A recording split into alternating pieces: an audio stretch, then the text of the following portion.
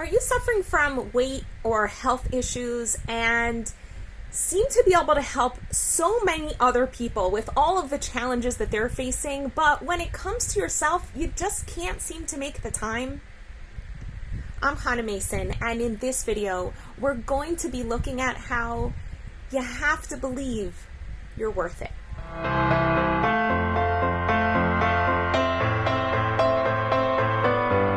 One of the challenges that I face on a literally daily basis is trying to balance out, on the one hand, wanting to take care of myself and wanting to take care of my body, my spiritual life, my energy, my friendships, my relationships, and on the other hand, wanting to take care of other people and be productive. So I feel like this whole category of stuff has all sorts of things to do with like expectations and feeling significant and worthy and meeting other people's standards and all sorts of things like that.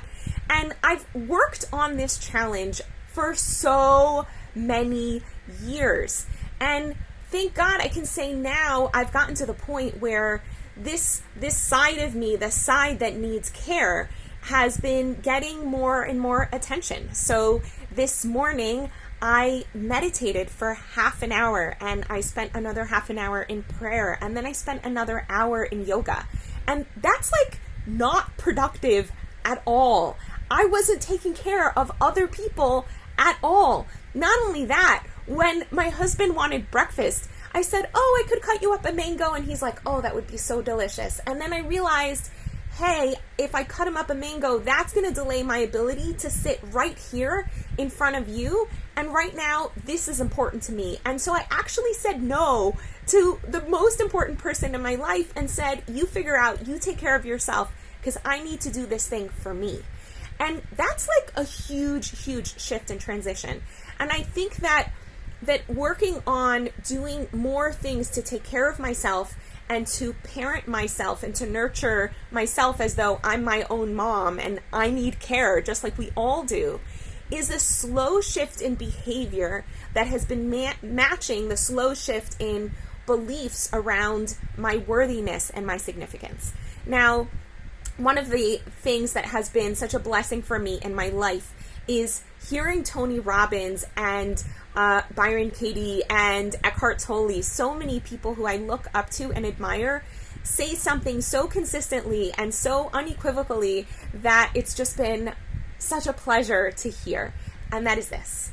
That is that the thing that we all struggle with the most is the feeling of worthiness. That so many of us spend our lives doing what Brene Brown calls chasing worthiness, that we're almost like hustling for it, that we're trying to get the world to see us as being worth something, to see us as being significant.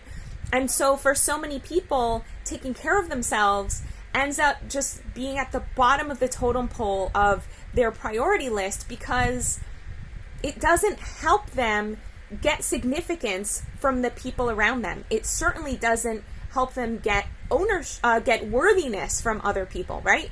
So if you're really successful at your job, so you're going to get lots of positive feedback from people. And if you do really nice things for others, or you feed them, or you take care of them in some way, so you're going to get tons of positive feedback from people, and that's going to make you feel worthy. But if you sit down on the mat and do yoga for an hour, so who's going to give you the pat on the back? Like, it's you. That's it, right? And I think that what can really help you shift out of this feeling of worthiness, of unworthiness, so that you can start recognizing how important and how significant you are and how much energy it's worthwhile investing in your own self-care, is the following thing. This is something that comes up with literally every single client that I have.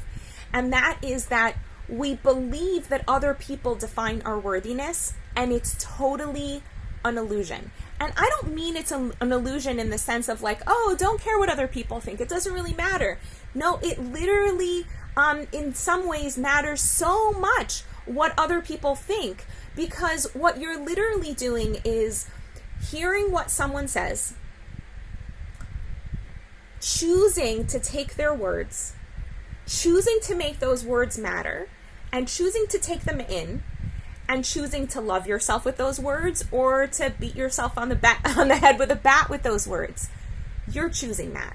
And even though I might say it right now in this moment, you might be like, no, that's totally bogus. I don't do that at all. Like, they say something and immediately affects me.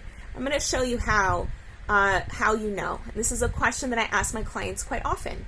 Let's say you're walking down the street and you see a beggar, and he's slovenly and smells like urine, and his clothing is gross and all tattered up, and you can see that he's quite ill, and on top of that, he's drunk, and he's not really able to hold it together so much, and he walks up to you and he says, You're a freaking loser! You don't know anything! You got this wrong, you got that wrong, and you don't know what you're talking about, and nobody likes you, and you freaking suck, man! So you see someone doing that on the street. And every person I ask, what happens when you see that person? How do you feel? And every single person, bar none, has said pretty much the same thing. That is that either they just blow them off entirely, or they look at this poor soul and feel bad for them. But none of the clients I've ever spoken to has ever said, oh, I felt so bad about myself because this bum just thinks I'm a loser and like, what's wrong with me and I can't get my act together. Nobody does that. So you see that it's not the people around you who are defining your worthiness, it's you. What most people do in the presence of someone like that is that they look at the person and say, this person's words don't matter, so I'm not going to take them in.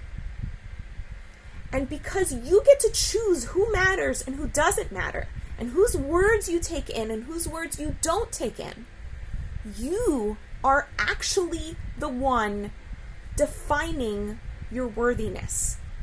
You are picking what words are going to define you and what words are not going to define you.